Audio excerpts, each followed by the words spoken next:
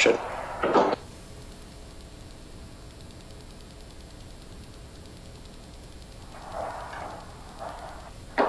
Hello, Andrew. Okay.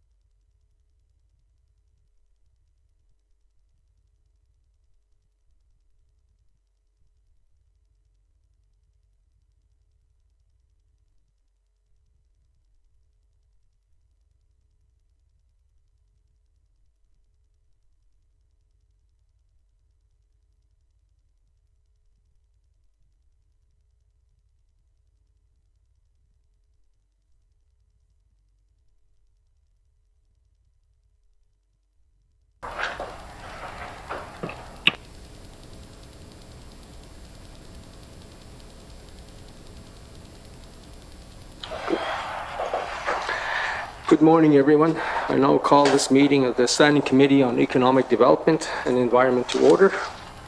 My name is Ronald Bonnetrouge, and I'm the MLA for Bonnetrouge and Deputy Chair of this committee. Today we will receive a technical briefing on the Blue Nose East and Bathurst Caribou Management Plan with Deputy Minister of Environment and Natural Resources, Dr. Erin Kelly, and Tammy Steinwand, Director of Culture and Lands Protection for the Clichy Government. Today's meeting is being live streamed on the Assembly's social media channels. I'd like to remind all members and presenters to direct all questions and comments to myself as Chair and to wait to be recognized before speaking to help us have a smooth meeting. I will now ask members to introduce themselves for the record, starting with my left. Good morning, everyone. Rylan Johnson, MLA for Yellowknife North. Jane Whalen Armstrong, MLA for Mookie. Good morning, Katrina Knockleby, MLA for Great Slave. Kevin Riley, Frimlake. Masi Cho, and we also have our support staff in the room with us also.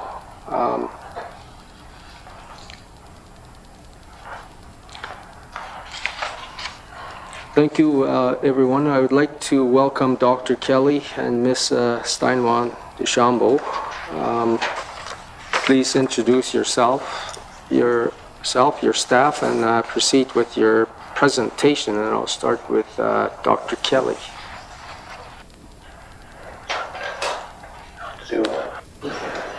Thank you, Mr. Chair. Good morning, Mr. Chair and committee members. Thank you for the invitation to provide Sketty with an update on the status and management of the Bathurst and Blue Nose East Barren-ground Caribou herds. Here with me this morning are Assistant Deputy Minister Brett Elkin, Director of Wildlife and Fish Heather Sayine-Crawford, and Tammy Steinwand Deschambault, the Director of Culture and Lands Protection with the Clichy Government. As committee members are aware, many herds across the Northwest Territories and Northern Canada have undergone significant declines in recent years. In the Northwest Territories, Barren-ground caribou are considered a threatened species, and a federal listing is currently pending. The Bathurst and Blue Nose East caribou in particular have undergone major declines, and the GNWT has been working closely with our co-management partners to help protect and support recovery of these herds. These efforts have included targeted management actions on harvest, predators, and habitat, as well as enhanced research and monitoring involving scientific, local, and traditional knowledge. As part of these efforts, ENR and the Clichy Government submitted a joint management proposal to the Wekajee Renewable Resources Board that included a range of actions to support the Bathurst herd within Wekajee and across the herd's range. I would like to very much thank Ms. Steinwand Deschambault for joining us today to provide an update on some of these actions. In addition, ENR worked closely with Indigenous governments, Indigenous organizations, renewable resource boards, and other co-management partners in the NWT, Nunavut, and Northern Saskatchewan to finalize a new Bathurst Caribou Management Plan in 2021.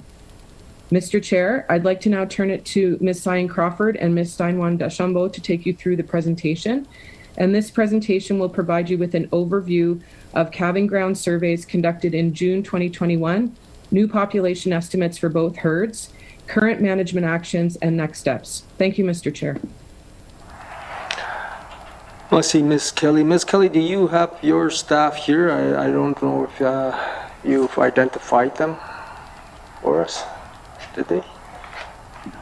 Thank you, Mr. Chair. I identified Dr. Brett Elkin, who's the Assistant Deputy Minister of Operations at the front of the room, and Heather Sayine-Crawford, who's the Director of Wildlife and Fish, who's seated at the front of the room as well. Thank you. I must say true for that. Ms. Steinwand Deschambault.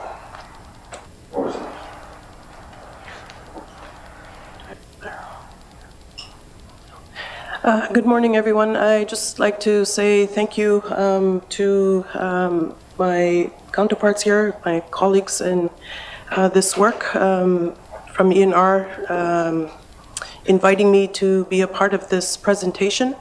And I'm hoping that after this presentation that as the committee has any questions that they would like to ask. Our role here, our job here is really to share with you the work that has been done to date on these initiatives, and we hope that we're able to answer a lot of your questions.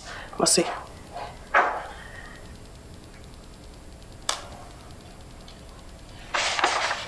All right, I'm not sure who's presenting here, but you can proceed with your presentation. Merci. Good morning.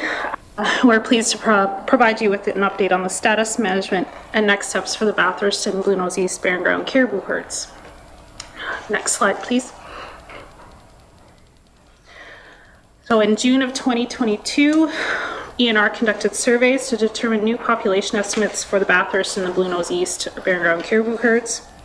I'll begin with the results of the Blue Nose East herd. This graph shows the herd estimates for the Blue Nose East herd since 2010.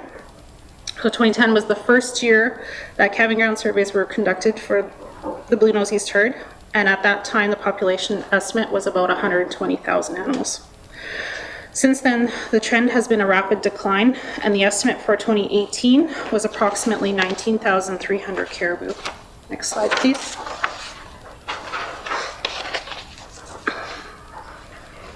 So like I said, a calving ground survey was conducted for the Blue Nose East herd in June of 2021.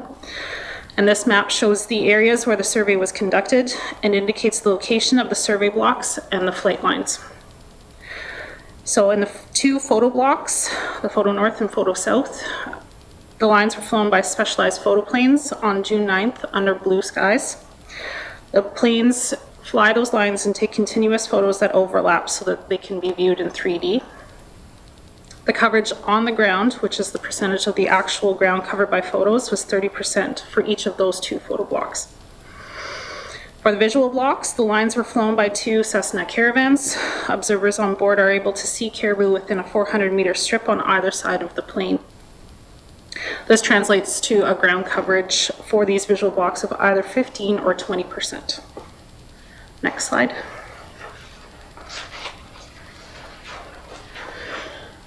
This slide shows the new estimates for the Blue Nose East herd. On the left are the numbers for 2018, and on the right are the numbers for 2021. From the calving ground survey, we get an estimate of breeding females, or cows that gave birth, and total adult females, which includes the non-pregnant cows. The estimate of breeding females is a little higher in 2021 than it was in 2018, while the estimates of total adult females are very similar. To calculate a total herd estimate, we also need to get an estimate of the number of bulls by conducting a fall composition survey in the breeding season, which happens in October. When that fall composition survey is flown, all parts of the herd are mixed, so it's possible to get a representative sex ratio. The estimates of cow survival for the Blue Nose East herd have been good recently. The calf-to-cow ratios in the fall and late winter have been getting better, and it looks like the pregnancy rates are improving. If these indicators stay positive, the herd may be started on the road to recovery. Now pass it on to Tammy. Slide, please. So overall, management for this herd and two others is guided by the Taking Care of Caribou Plan, which was finalized in 2014 by the Advisory Committee for Cooperation on Wildlife Management, which includes a group of co-management boards on the range of the herd. Blue Nose East herd management is also supported by community conservation plans developed by Delaunay and Kugluktuk. The GNWT and its co-management partners are working together on a range of management actions to address factors impacting the herd, including harvest management, predator management, habitat protection, and research and monitoring actions. For harvest management, the Blue Nose East herd is currently under harvest restrictions in both the Northwest Territories and Nunavut.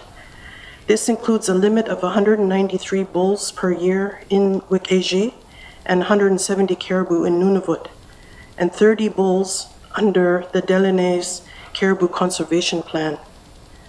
For predator management, ENR and the Tlinchum government conducted a pilot wolf management program beginning in 2020 and submitted a revised joint wolf management proposal to the Wik-Éji Renewable Resources Board in August 2020.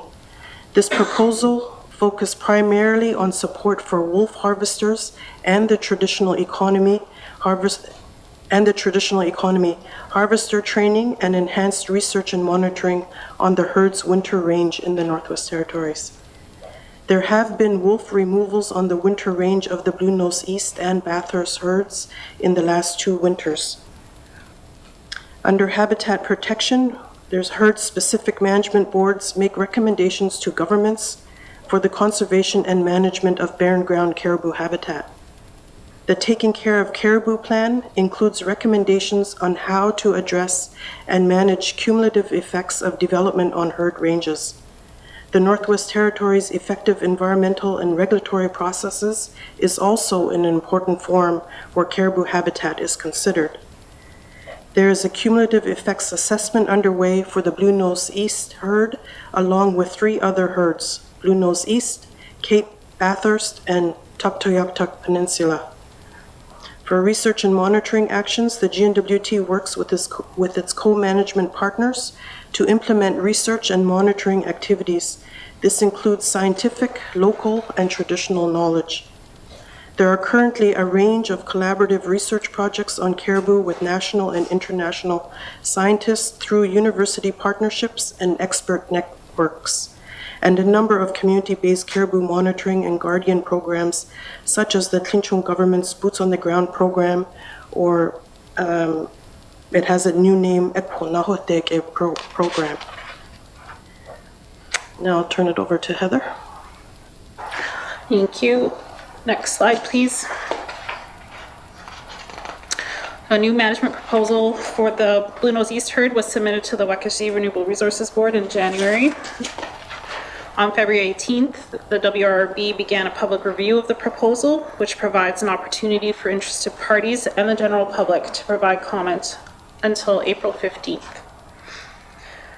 The Advisory Committee on Cooperation for Wildlife Management is a group of co-management boards that developed the Taking Care of Caribou Management Plan for the Cape Bathurst, Bluenose West, and Bluenose East herds. The Advisory Committee held its annual status meeting from November 23rd to 25th of 2021 to review the current information on all 3 of those herds. At their annual meetings, the Advisory Committee takes into consideration scientific and traditional knowledge that is shared from all of the participants. They then look at the status of each herd and reassess, and then the boards go back to consider whether management should be reevaluated.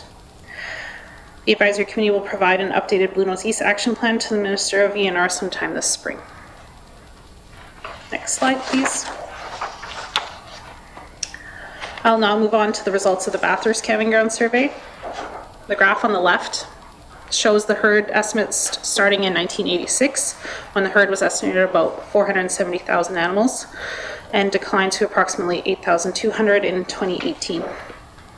The same calving ground technique has been used for this herd since the 1980s.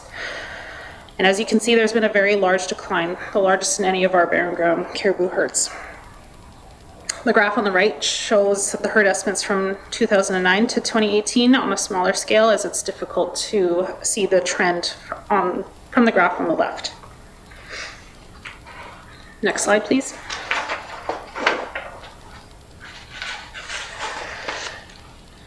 This map shows the survey blocks and flight lines for the Bathurst Calving Ground Survey. In the 2 photo blocks, the photo planes flew lines with a coverage of 50% in the photo core and 30% in the photo east block. Those photos were taken on June 10th under blue skies. The visual blocks were flown from June 9th to the 11th in 2 Cessna Caravans, and coverage in the visual blocks was either 15 or 20%. Next slide, please. This map shows the estimated number of caribou in each of the Bathurst survey blocks. On the west side of Bathurst Inlet, the numbers turned out about as we expected. By far, the largest number of caribou was in the photo core, which is where most of the Bathurst collared cows were. On the east side of the Bathurst Inlet, things did not turn out as expected. Overall, there were way more caribou on the east side of the inlet than on the west side. There were almost 7,000 caribou in the photo east block, another 3,000 in the visual 4 block, and another 2,000 in the visual 9 block. Given our herd estimate for Bathurst of just over 8,000 caribou in 2018, it became clear immediately that many of the caribou east of the inlet were not Bathurst, but Beverly. Our hope had been that there would be clear separation of the two herds. The Beverly herd's main calving ground is well to the east of Bathurst Inlet, but it appeared that part of the Beverly caribou was just east of the inlet and mixed with a much smaller number of Bathurst caribou, based on the Bathurst collared cows east of the inlet. Next slide, please. The survey results east of Bathurst Inlet were not what we expected, and some of those collar movements later in June and July were also unexpected. This map shows the composition survey results for the Bathurst survey.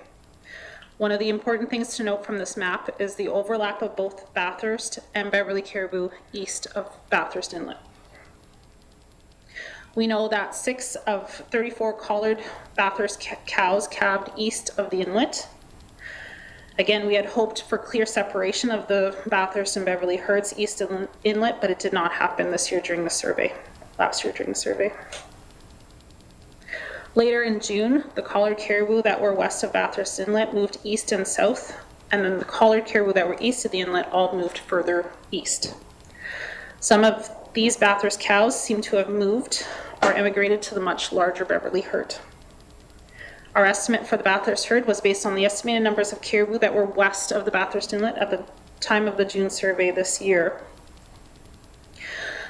Due to the unusual movements, we'll continue to closely monitor all collared animals and closely follow the Bathurst and Beverly cows when they head back to their calving grounds this coming summer. Next slide, please.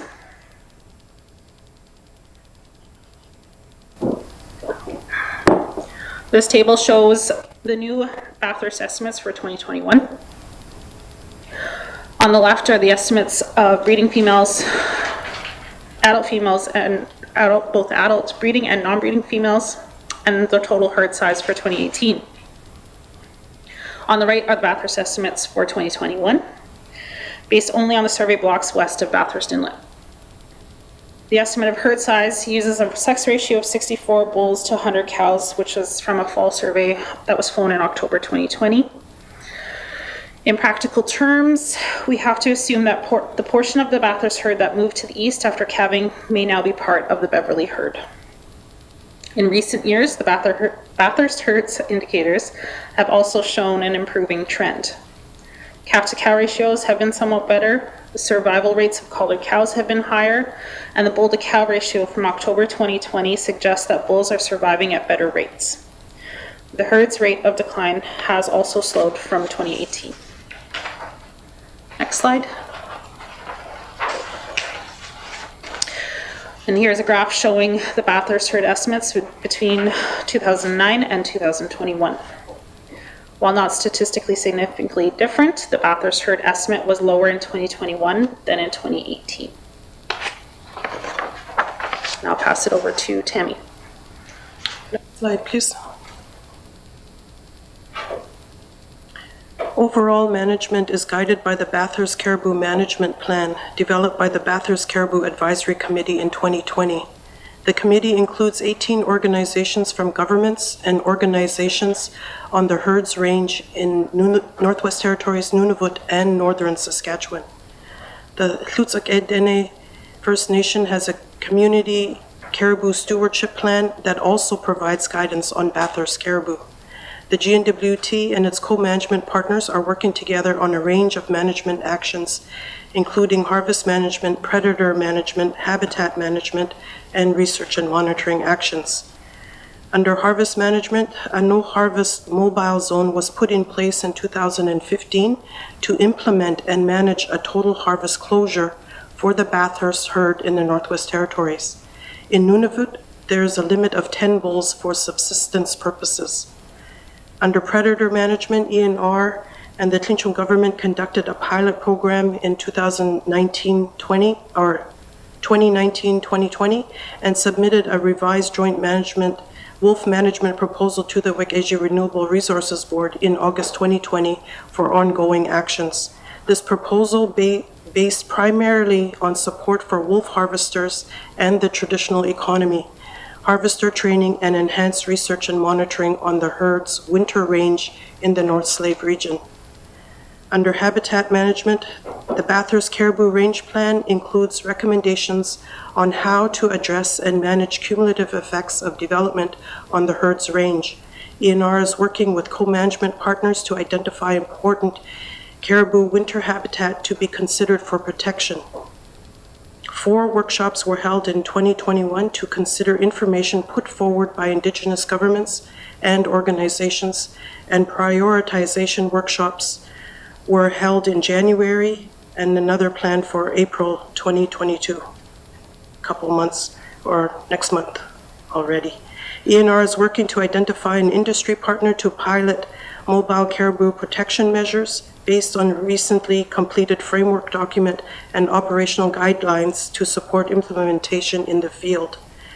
The NWT's effective environmental and regulatory processes is also an important forum where caribou habitat is considered. Under research and monitoring actions, the GNWT works with its co-management partners to implement research and monitoring activities. This includes scientific, local, and traditional knowledge. The GNWT is actively engaged in collaborative research on caribou with national and international scientists through university partnerships and expert networks, like the Circum-Arctic Rangifer Monitoring and Assessment Network. There are also a number of Indigenous guardianship programs that contribute to monitoring and regional management. Next slide, please.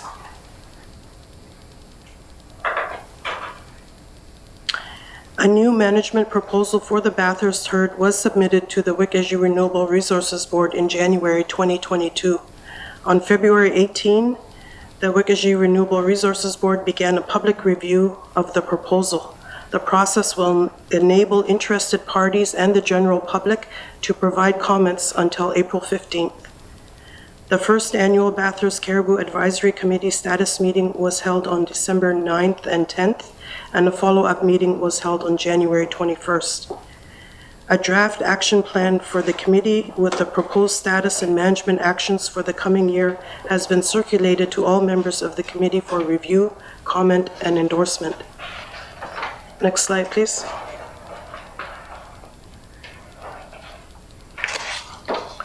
A key action to support herd recovery, this is for the Bathurst herd, is the Mobile Core Bathurst Caribou Management Zone, or Mobile Zone, which is used to implement a complete harvest closure for the Bathurst herd. The Mobile Zone was developed and is implemented collaboratively by Clinton Government, ENR, and the Wek'eji Renewable Resources Board. The Mobile Zone is updated each week based on the location of satellite collars on Bathurst caribou, with a buffer that is kept as small as possible while still protecting the Bathurst herd. Each week, maps of the Mobile Zone are updated and posted in ENR and community offices along the Winter Road and on ENR's webpage and social media posts. Officers along the Winter Road can also assist hunters to upload the map on their GPSs to know where they can harvest. Enforcement of the Mobile Zone is done by ENR using check stations and regular patrols by truck, snow machine, and aircraft. There are also community-based monitor and guardian programs along the Winter Road led by Clinton Government, Yellowknives Dene First Nation, Tlutsak Dene First Nation, and North Slave Métis Alliance. This winter, there is considerable overlap of the Blue Nose East, Bathurst, and Beverly herds. This means that some caribou from these herds are in the Mobile Zone, reducing the number of caribou available to harvest outside the zone along the Winter Road and near Wequity. ENR has provided some funding to Indigenous governments and Indigenous organizations whose members have traditionally harvested from the Bathurst herd to harvest from healthy caribou herds and alternate species such as muskox, moose, and fish. Next slide, please. While most harvesters respect the conservation measures that are in place, a small number of people continue to hunt illegally, adding pressure to the concerning state of the Bathurst herd. Last year, there were 143 caribou illegally harvested in the North Slave region, including 123 in the mobile zone. We also saw cases of wounding and disrespectful behavior. In December, ENR brought together respected harvesters from Indigenous governments and Indigenous organizations that traditionally harvest along the Tibet to Contoido Winter Road to come up with more ways we can work together to encourage safe and respectful harvesting. In January, Minister Thompson met with Indigenous leaders to consider the 8 recommendations that came out of that gathering. Since that meeting, we have been working together to implement those recommendations. As part of these efforts, ENR has an enhanced communications messaging to try to reach a broader audience, using what we heard from respected harvesters to develop our messaging. Next slide, please. In summary, in 2021, we obtained new population estimates for the Bathurst and Bluenose East herds from calving ground surveys flown in June. The new Bluenose East herd estimate is approximately 23,200 animals. Although conservation concerns still exist, if herd indicators remain positive, the Bluenose East herd may be on the road to recovery. The new Bathurst population estimate is approximately 6,200 animals and remains a conservation concern. These results have been shared publicly and in a letter to our co-management partners. We also shared the new information at the Wildlife Act Section 15 meeting and ACCWM's annual meeting in November 2021, at a Bathurst Caribou Advisory Committee meeting in December, and in a series of bilateral leadership meetings in December and January with Indigenous governments and Indigenous organizations whose members have traditionally harvested from the Bathurst herd. New joint management proposals were submitted by provincial government and ENR in January 2022.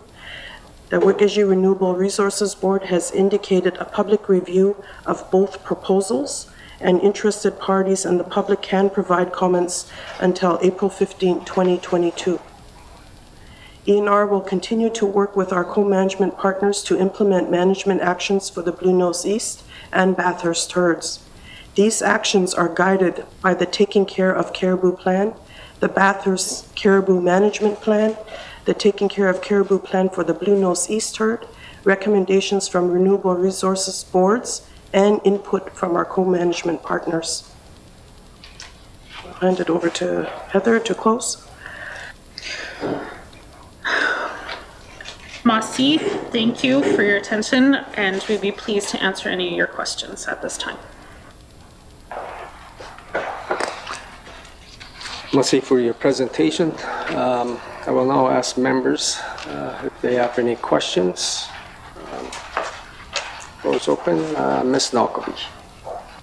Thank you, Mr. Chair. Thank you for the presentation. I'm encouraged to hear that perhaps we're seeing an upward trend, and I hope that those numbers continue. And I think this looks like a great collaboration between the government and Indigenous organizations, so I applaud that. Excuse me. My question is around data. Sorry. I note that when we were looking at the plots with the photo coverage, it was 15 to 20% sometimes, and then as well too when we have the estimate charts on slides 7 and 12, there's quite an outlier range in that data within, like, it looks like hundreds of thousands of caribou. So, and that has been something I have heard over the years doing work in the north, that there is a lot of controversy around the estimations. And I'm just wondering if the department can speak to what does that mean? How confident do we feel in those numbers? Is there a way we could be improving the collection of the data so that we have a better number? Thank you. I see Ms. Nalkobi. Minister. We'll start with the minister. Pardon? Well, Mr. Chair? yeah, go to the minister first. Ms. Kelly, are you on the line? I am. Can you hear me? Sorry. Yes, we can. Thank you. Great. Thank you, Mr. Chair. From my understanding, there was larger error associated with the most recent estimate, and I would like to turn it over to Brett or Heather to provide information to address the question that the member has asked on the methodology, as it's a technical question. Thank you. I see Deputy Minister, Mr. Elkin. Thank you, Mr. Chair. I'll start off and I'll ask Heather if she can add some additional detail. To the point that we're using fairly standardized procedures and coverage rates. There are a number of factors, and I'll let Heather speak to them in a minute, that can change. As you know, it varies between years as well, and that level of confidence intervals. I'll let Heather speak to that. In terms of overall trends, when you're talking about a decline of 470 to 6, we're pretty clear on the big decline. It does become more challenging, and Heather pointed out, between 2018 and 2021 when there's a smaller change. So maybe I'll turn to Heather to talk about what those factors are that affect the confidence intervals. I see Ms. Sayine-Crawford. Thank you.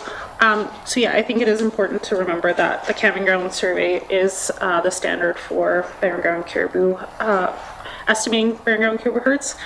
That this is a tried and true method, and that we are reporting on the 95% confidence intervals, which is standard for any surveys. I know that sometimes there can be a little bit of confusion about those confidence intervals and what they mean, but we do try and explain to folks that this is part of the scientific method, is part of our of what we would report on for any survey. In particular for the Bathurst herd, in 2021, there was some clumping that occurred on the calving ground. So you've seen on one of the slides that the lines that we have. So if there are more animals that are aggregated in one part of the block, that'll start to increase it'll start to show an increase in that confidence interval around the estimate. I must see for that, Ms. Knockleby. Thank you, Mr. Chair, and I appreciate that explanation and the use of the correct statistical terms, because it's been a long time since I did that in university, and it wasn't my best course by any means. So I guess then my question is, I get that this is the standard and the norm and the way. What would we want to be, or where could we be going though?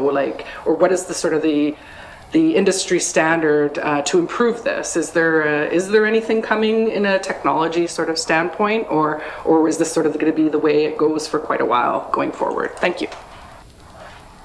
I see Ms. Knockleby, Deputy Minister. Thank you, Mr. Chair. I believe this is the industry standard, but we're always looking for ways to improve. And I'll just go to Heather or Brett to see if there's anything specific right now, because I'm not aware of it, but we're always looking for ways to do things better. Thank you. I see Deputy Minister, Mr. Elkin. Mr. Chair, yeah, Aaron covered it. Deputy Minister Kelly covered it well. Sorry, my apologies. As Heather pointed out, and I think one of the questions we sometimes get, is it simply a coverage issue? And as Heather pointed out, there are some other issues that can impact it. So I think one of the things we do, I'll give my field practical person answer, and I'll give the second part of where the future may go, is I think it's really key, for the reasons Heather, the things that can complicate the confidence intervals, to really be selective and careful of when and where we go, to get those clear days and days we're going to have that best visibility. One of the things we get asked frequently, and is an area of active consideration and research, is potentially in the future of moving to satellite imagery. We're not there yet, and the challenge becomes, particularly for caribou versus other species. Sometimes people will look in the literature where other species, they're starting towards move that. We have a very tiny window when all the caribou are clumped and lined up, and you need to have perfect weather, and it's not on the coast at that time of year is not a good one. So we're not there yet, but that is maybe, Brett will be retired, but I'm hoping Heather will be here when we have some new technology. Thank you, Mr. Chair. Merci for that. Anyone else for questions? Mr. O'Reilly. Thanks. If we could put up slide 10, please. There's at least 3 different colored dots there, and maybe some indication as to what they would be helpful, but can someone tell me what they are? Because I think that's partly an explanation of the confidence stuff, but what are the red, green, and black dots? Thanks. Merci, Mr. O'Reilly, Deputy Minister.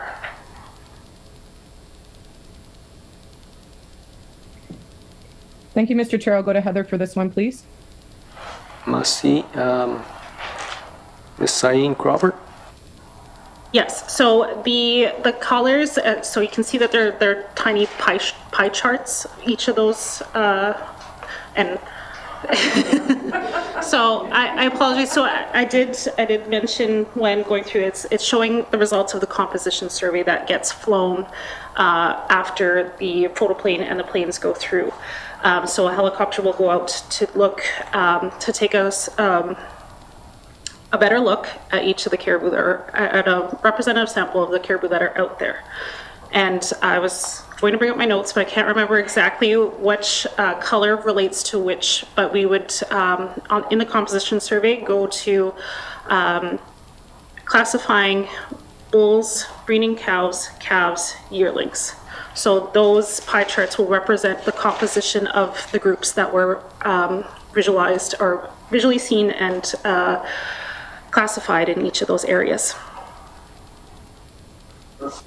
Mr. O'Reilly. Thanks, Mr. Chair. Okay, is there a final report yet from the survey work? I know I've asked the minister at least a couple of times about this. Is there like the final report, is it done and can it be shared with us? Thanks, Mr. Chair. Merci, Mr. O'Reilly. Deputy Minister. Thank you, Mr. Chair. I understand we've shared information with the member, but I'll go to Brett to see about the report per se. Thank you, Mr. Chair. Merci, Mr. Elkin. Thank you, Mr. Chair. As was noted by the Deputy Minister, we have given the pure survey estimate. Each year when we do the final reports, both our staff and our co-management partners and our expert advisors do the final report, which actually includes results of other monitoring beyond the population estimate, so that's why there's a lag between when we release the estimate and now. Our technical caribou biologist is working with the other experts, so it does add a little bit of time. I'm told we anticipate that we hope that we'll be ready by April, so it should be out certainly. But part of the reason there's delay is they're working very hard, but they try to do the roll-up of all of their monitoring, so basically people can go to one site and get all the information. Thank you, Mr. Chair. Merci. Any further questions from members? Ms. Whale Armstrong. Yes, thank you. Thank you. Thank you for the presentation. So I do appreciate and respect all the work that the Clutha government and the GNWT, the other Indigenous group, the boards and knowledge keepers that are doing into this this important work of conservations. I know that caribou is our main diet. So I want to ask. You mentioned there's three. There's three that decline to blue nose and Bathurst caribou. So which one of these three contributes to the declines in herds of the herds? Like there's three, you said there's predators, there's the habitat, and which one was it? There's three that you mentioned. Harvester, I guess, yeah. So which one of these contributes more to that decline in herds? Then Deputy Minister. Thank you, Mr. Chair. So all of the things together, as well as some other things like climate change, it's a multifactorial issue where many things can affect the decline. It's a really challenging issue where there's multiple factors that can affect the herd status. I don't know if Brett or Heather or Tammy have anything they'd like to add to this. Thank you. Merci, Joe. Mr. Elkin.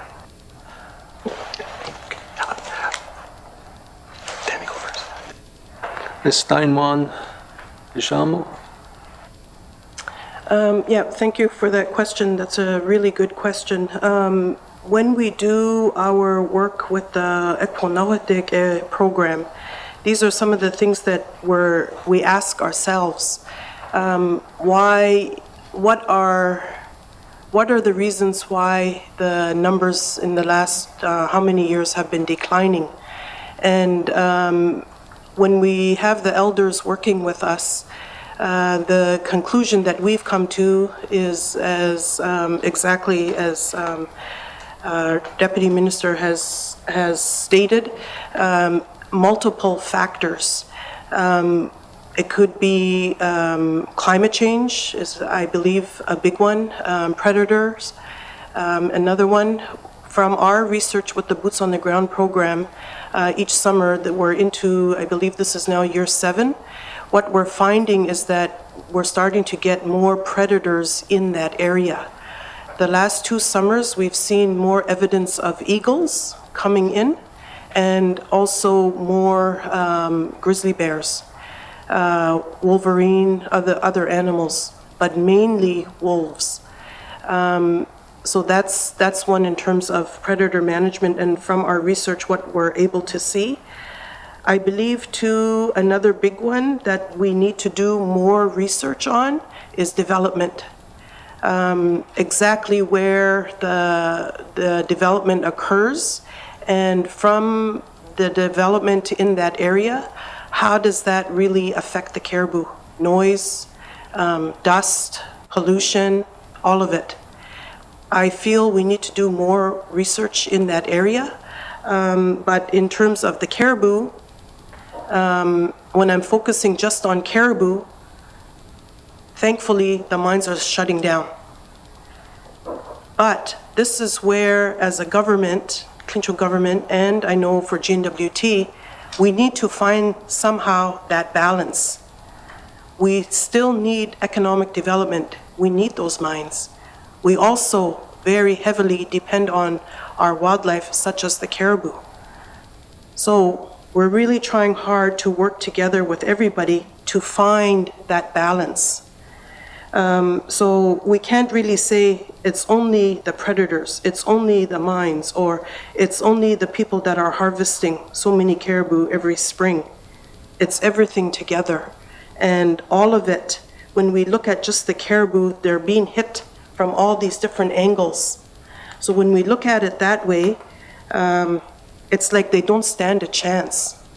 So we really have to, everybody, do their part as harvesters, and that's why in talking with other Indigenous governments and other organizations, looking at alternative traditional foods and assisting with funding for that. I know for us at provincial government, we have that funding that we get from GNWT, and that's being shared with our community.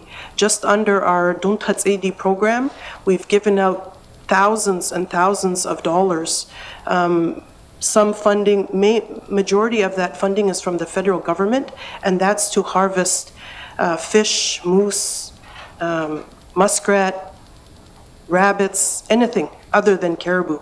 And our communities have done really well with that, and it's also been recognized as a wonderful program in Ottawa. I just wanted to share that. So it's not just one factor, it's everything all together. And the other one that I feel we need to do more work on, and we're trying to in our monitoring, Equanawatik summer monitoring program, is looking at the weather. How does that really affect the caribou? Some information that we have to date already is different behavior that we're seeing in the caribou under different weather conditions. So what does that mean? How is that affecting them? How does that affect how much fat they're able to store and be able to survive in the winter? How does that affect breeding and being able to carry their calf to term? All of that. There's a lot of research that still needs to be done, and that's why we've reached out to other universities to ask them for their assistance to help us with some of this research. Merci. Merci for that detailed explanation. Ms. Waylon Armstrong. Thank you, Tammy. That's a good answer for.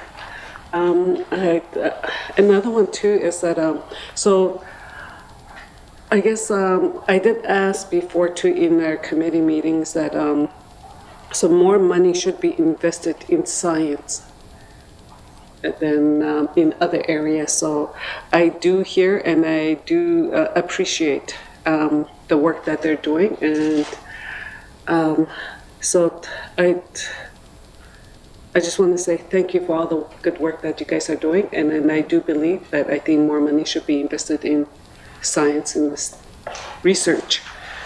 So I guess it's something that we have to keep in mind, and so thank you. Hi, Merci Joe. That's more of a comment than a question. So, Ms. Knockleby. Mr. Chair, my next question is around the October composition survey that was mentioned, and that the timing is so that they're there, that you're taking this survey when the males and the females are interbreeding, and I see nodding heads. Is there any indication that the surveys themselves are stressing out the caribou? And I'm not saying everyone's out there buzzing the caribou or anything, but I'm just curious to know if this method of data collection is intrusive, and if so, are we looking to move towards like more of a drone or less sort of loud aircraft to do these types of surveys? And the reason I ask is I'm aware of like UVA and drone companies within the city of Yellowknife. I have a constituent who's one, so I'll put the plug in there. And so I'm just curious to know if we're going to start doing that more. Thank you. I see Ms. Knockby. Deputy Minister. Thank you, Mr. Chair. So the methods are reviewed for these types of concerns. And this is, again, one of those standard methods that's used quite frequently. And I think, as we mentioned earlier, when things become to a point where they can be used and be less intrusive, we're totally interested in getting to that point. But my understanding is that we're not there yet on that methodology either. And I'll just ask Brett or Heather or Tammy if they have anything to add. Thank you. Merci, Deputy Minister. Mr. Elkin. Thank you, Mr. Chair. Just a quick input on this one. The deputy covered it well. Obviously, that's something we watch very closely. I'll leave it to Heather if she wants to add in, but we do not tend to see that response. Sometimes we're able to do composition where we actually can put people on the ground. Sometimes it does have to be done by the air. One of the challenges on the specific point with drones for caribou is just the nature and location of where we are. We actually use that now for wood bison because of proximity and flight times. So there are just still some challenges logistically. Understand other agencies like Wood Buffalo National Park have been able to move to drones for nests of pelicans because of the location. So it's certainly a future thing we're looking at, and it's working for other species. There just are some technological, logistical challenges for caribou. Thank you, Mr. Chair. I see Mr. Elkin. Ms. Sayine-Crawford, anything to add to that?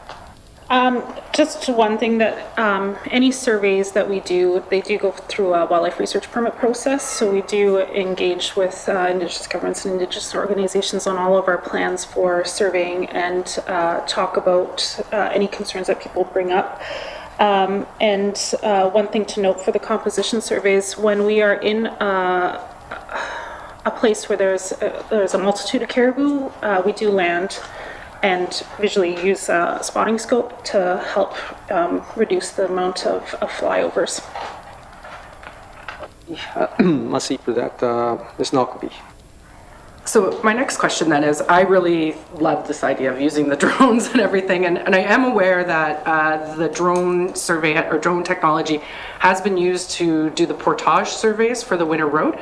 So, very remote areas as well, and I do believe there has been work done towards how they're dealing with the lack of proximity to a major center. So I guess my question in all of this, though, is what can we do as a committee to help you push that technology through faster? To me, it seems that, if it's a funding issue, if it's a capacity issue, that perhaps we can work with you because, and I understand that this is all very rigorous, but to me, it just strikes me as very logical that if we can use small little planes to fly over versus having to land, it's just going to be cheaper and it will be better for the caribou. So thank you. What can we do to help? Thanks. I see Ms. Knockleby, Deputy Minister. Thank you, Mr. Chair. I think that we already have it in mind and are looking for those alternative options. And I don't know that we need to be pushed towards that. I think we're looking at it, and we will definitely do some more research into the projects that the MLA was bringing forward and see if there's any additional learning we need to do. And we're thankful for that information. Thank you, Mr. Chair. Merci for that. Next I have Mr. O'Reilly. Thanks, Mr. Chair. I didn't know I had my hand up, but no, happy to ask a couple more questions. I want to support what Ms. Steinwand Deschambault said about the need for research on the impacts of mining in particular. I served as Executive Director of the Independent Environmental Monitoring Agency for 10 years, and we always tried to get the diamond mines to do work to find out what was driving the zones of influence, which are these areas where female caribou are less likely to be found around resource development. We just couldn't get them to do it. So I don't know if it's improved in my 6 years away from that, but I just wanted to make that statement. One of the areas that I've been pushing for at least 4 or 5 years is the need for what was called caribou protection measures. Now they're called mobile caribou conservation measures. So that's the idea that developers, when there's caribou around their area, they shut things down and let the caribou do what they need to do first, and then they can resume after the caribou move on. I just do not understand for the life of me why this has not been put in place given the catastrophic decline. I know that we now have a couple of reports that I don't think they've actually been publicly released to say how this could be done. The diamond mines actually do some of that work now, but why is this not being implemented right now? There's nothing further we can do on harvesting. Harvesters haven't done anything for 4 or 5 years. We're now, predator control, that's in place. On the habitat side, we just haven't got there. And I just don't understand why these mobile caribou conservation measures can't be implemented now. Thanks, Mr. Chair. Merci, Mr. O'Reilly. I knew you had that burning question. Deputy Minister. Thank you, Mr. Chair. So my understanding is there are these measures that are being implemented through wildlife monitoring and management plans, and that the documents that the member is referring to are related to exploration and development, but I'll ask for Heather and Brett to provide more detail there. Thank you. I see. Mr. Elkin. Thank you, Mr. Chair. To follow up on the Deputy Minister's comments, yes, the new mobile caribou conservation measures, which we have been working to make sure we get it right with a number of industry partners and academics and current and former caribou biologists to make sure we do it right. We have finalized finally the framework and the operational plan. We did a great project with industry partner last year. Because of COVID, it had to be a desktop, but Aurora Geosciences worked with us, and we looked at 5 different exploration camps over a 6-month period to see if and when mitigation measures would be implemented over a 6-month period. And they're hoping this year to go out and actually do it on the ground now that we'll be allowed to, with COVID, it to be more feasible. As identified by the Deputy Minister, these really are designed for exploration projects. For those in place, as the Deputy noticed, we have some of these actions in place. They're usually done through the EA process and the wildlife management and monitoring plans. And some of the larger mines also have road management plans, specifically caribou. So we are moving towards full implementation. I think we've landed in a good place with the approach. So we are moving forward to doing it for their exploration camps. Thank you, Mr. Chair. Merci for that. Mr. O'Reilly.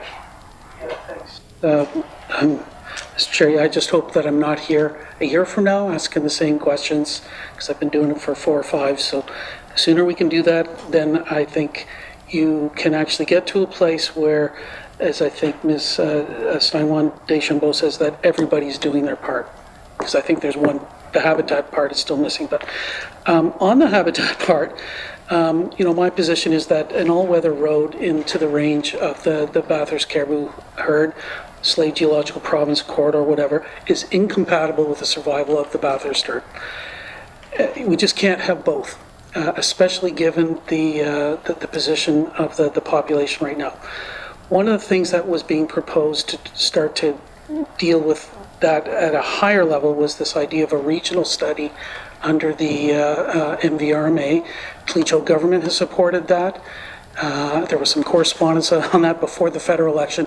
And I know this is not something that you guys normally deal with, but while we're here, I just thought I should ask about what is the status of that regional study, because I think that will start to get some of the answers and at least start the public debate about whether people want a road or whether you want caribou. Thanks, Mr. Chair. I see Mr. O'Reilly, Deputy Minister. Thank you, Mr. Chair. The regional study is a lands lead, but we can certainly speak to what ENR has been doing, working with infrastructure on looking at the pathing of that road and caribou habitat. And so I would pass that along to Dr. Elkin, please. Thank you, Mr. Chair. I see Mr. Elkin. Thank you, Mr. Chair. As the deputy notes, we certainly have been doing both baseline information for a wide range of species, including caribou, along the proposed routing. As noted, we're working with the Department of Infrastructure to look at different routings and how that impacts for not only caribou but other species. Some of the work, I think we got into good detail in the development of the Bathurst Caribou Range Plan to look at the cumulative effects and how we would mitigate various impacts. So there's a number of ways, as the member suggests, that we're trying to get at best understanding what the impacts would be. So from a science and monitoring perspective, we want to understand what are those options and what are the impacts that they may be. Thank you, Mr. Chair. I see Ms. Knockleby. Thank you, Mr. Chair. I wouldn't categorize that as an either-or situation with the road versus the caribou. I think it's a mitigation situation where we would have to look at what is the best option. It's my understanding that should an all-weather road be built in some way, it would actually improve situations in that right now we bring hunters and people to the caribou during the winter time, which is a sensitive time for them, and if we were to have the all-weather road, we would be able to control traffic on it during that time. That's just sort of more of a comment, and if they do want to comment on it, that's fine. But my question is, when we speak about the mobile zone and there's more mixing there this year, which is causing less caribou to be outside the mobile zone for hunters to harvest or outfitters, my question is that because the mobile zone is much larger than it ever has been before, and as such, are we actually creating that situation? Thank you. I see Ms. Knockleby, Deputy Minister. Thanks. The way the mobile zone is created is where the Bathurst caribou collars are. So we can't create a situation, the collars create the mobile zone. What the challenge is that previously the herds would be more separate. So it was easier to have a smaller mobile zone in place than it is when the Bathurst, Blue Nose East, and the Beverly are overlapped. We've looked at this issue and we understand that it's concerning for Indigenous harvesters. And, as has already been mentioned, we provided funding to access alternate species or healthy caribou herds. But last year, the Beverly were located in a location where harvest wasn't possible without having cards, and we worked to get those cards produced and out there so that Indigenous harvesters could access the Beverly herd. So this isn't a situation where ENR is trying to restrict harvest of caribou writ large. It's about the Bathurst caribou, and where there are healthy herds, we are fully supportive of Indigenous harvest of those herds. Thank you, Mr. Chair. I see Ms. Knockleby. Thank you, Mr. Chair. Yeah, and I do appreciate that, and I also am glad to have that explanation about that it's the collars themselves that are creating the mobile zone, because I think I had some confusion there. And I guess then my question is, and I probably already know the answer, is it possible then in the field that a hunter could distinguish between the herds? And I'm going to guess it's not, and that's the reason that we're having a problem. You can't just say you could hunt some of these types of animals within the mobile zone and others would be left alone. Is that the case? Thank you. I see Ms. Knockby, Deputy Minister. Thank you, Mr. Chair. I believe there are some Indigenous harvesters who indicate that they can tell the difference between the herds. That's very challenging, and one would have to be very experienced to be able to do that. And the mobile zone was developed with input from Indigenous governments. We believe that, the collective work we've done, this is the best way to protect the Bathurst herd. And I think there are other ways, like we've been working on with Indigenous governments, to address the issues with the lack of available harvest, although we recognize that it's a real challenge for Indigenous harvesters. Thank you, Mr. Chair. Let's see, Deputy Minister. I think I went through many members here already. I have a question on page 15. We can go to that one, that slide. Because I note that there's a big yellow blob on the map that says no caribou hunting zone. And thinking about the Dene people, their staple is what's in their surroundings, and in this case, caribou. And it seems like a unique situation because you have the community of Wekwiti right in the midst of that zone. I'm wondering what considerations are given to the residents of that community, considering their staple is the caribou and they're in a no hunting zone. Masi.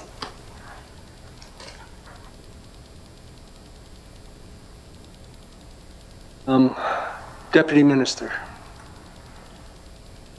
Thank you, Mr. Chair. I'll begin and then I'll ask if Tammy would like to add to the response. So this mobile zone is developed, as has been mentioned, with the board and the Clecho government and ENR.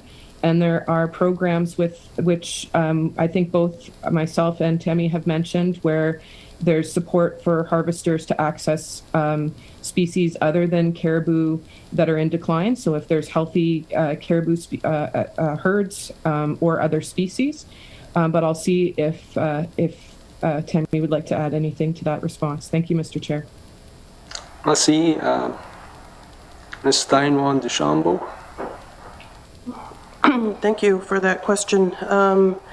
Definitely for the people in Wekwiti of the community from our region that's right in the zone, it is very difficult for them.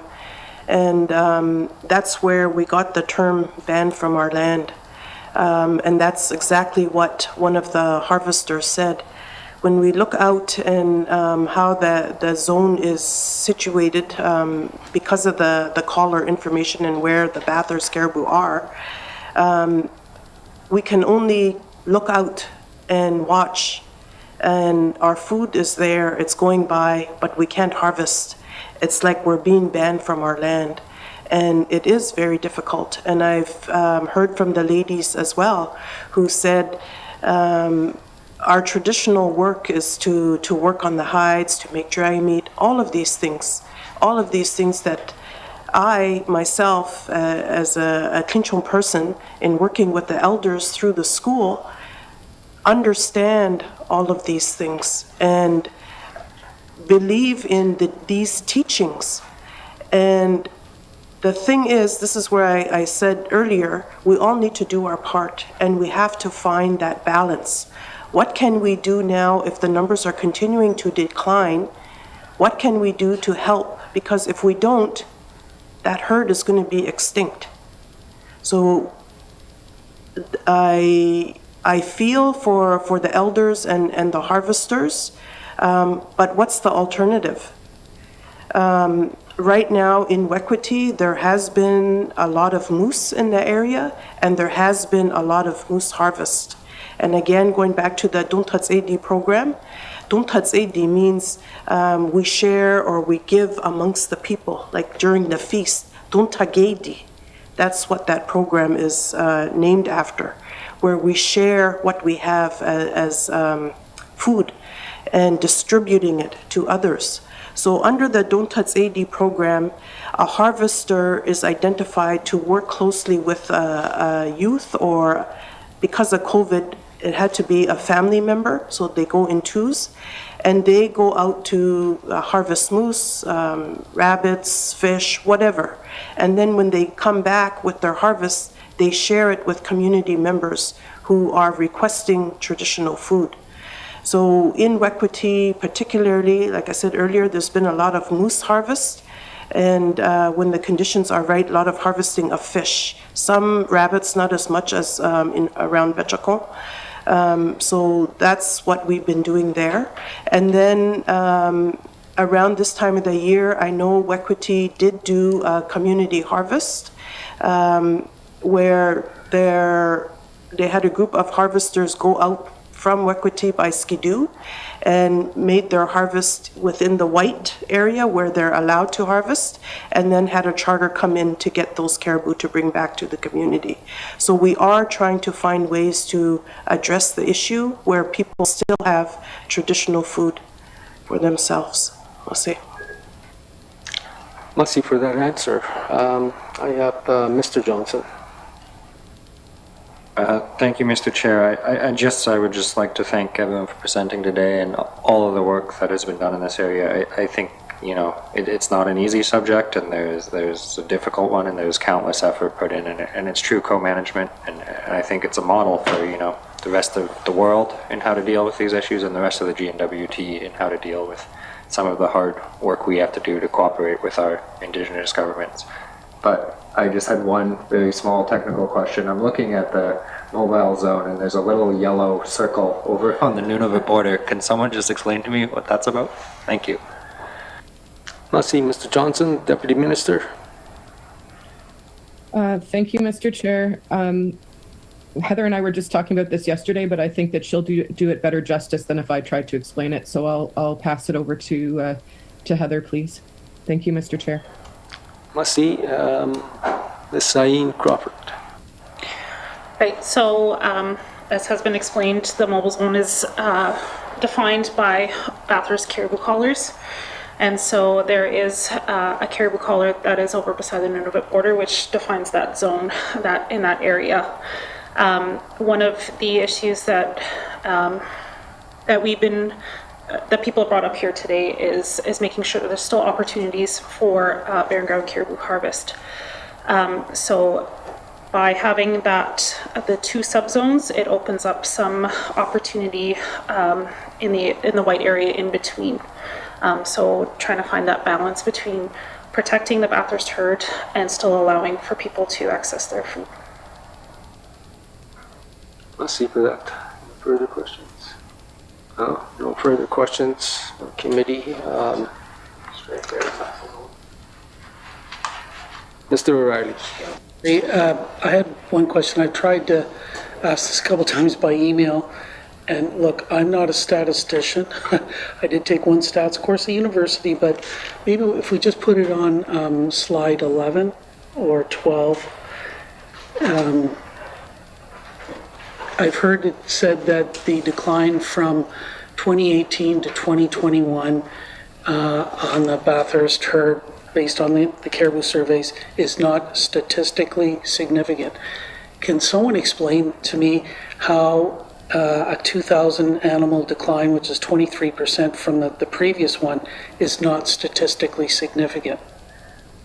And if someone wants to try plain language, because I got an explanation from the minister, and I'm talking about t-tests and so on, and I vaguely remember something about that, but maybe a plain language summary would be helpful. Thanks, Mr. Chair. I'll see Mr. O'Reilly. Deputy Minister. Thank you, Mr. Chair. I think it's easier on the graph that was just shown previously, if you can. So As you can see, there's error bars or confidence intervals that are there, and they're overlapping. And when the confidence intervals are overlapping, there's generally no statistically significant difference, right? That's why we work hard to try to keep the error bars, and the confidence intervals as small as possible, so that we have the best estimates possible. But it really is there's a statistical test that tells you if there's a significant difference between the two. But a general rule is when you see these overlap in the confidence intervals, that the statistical testing will say that there's not a significant difference. And here you can see that there's quite a lot of overlap between those confidence intervals. I want to be clear though, the territory, like ENR and our co-management partners, are still treating this as a situation that is of great concern, despite the fact that it is not statistically significant. Thank you, Mr. Chair. Merci. Thank you all for presenting today. I'd like to thank the Deputy Minister and her staff and Ms. Steinwand for joining us today. It's very much appreciated. We've got a bit more insight into this issue in the area. This concludes the public portion of our meeting.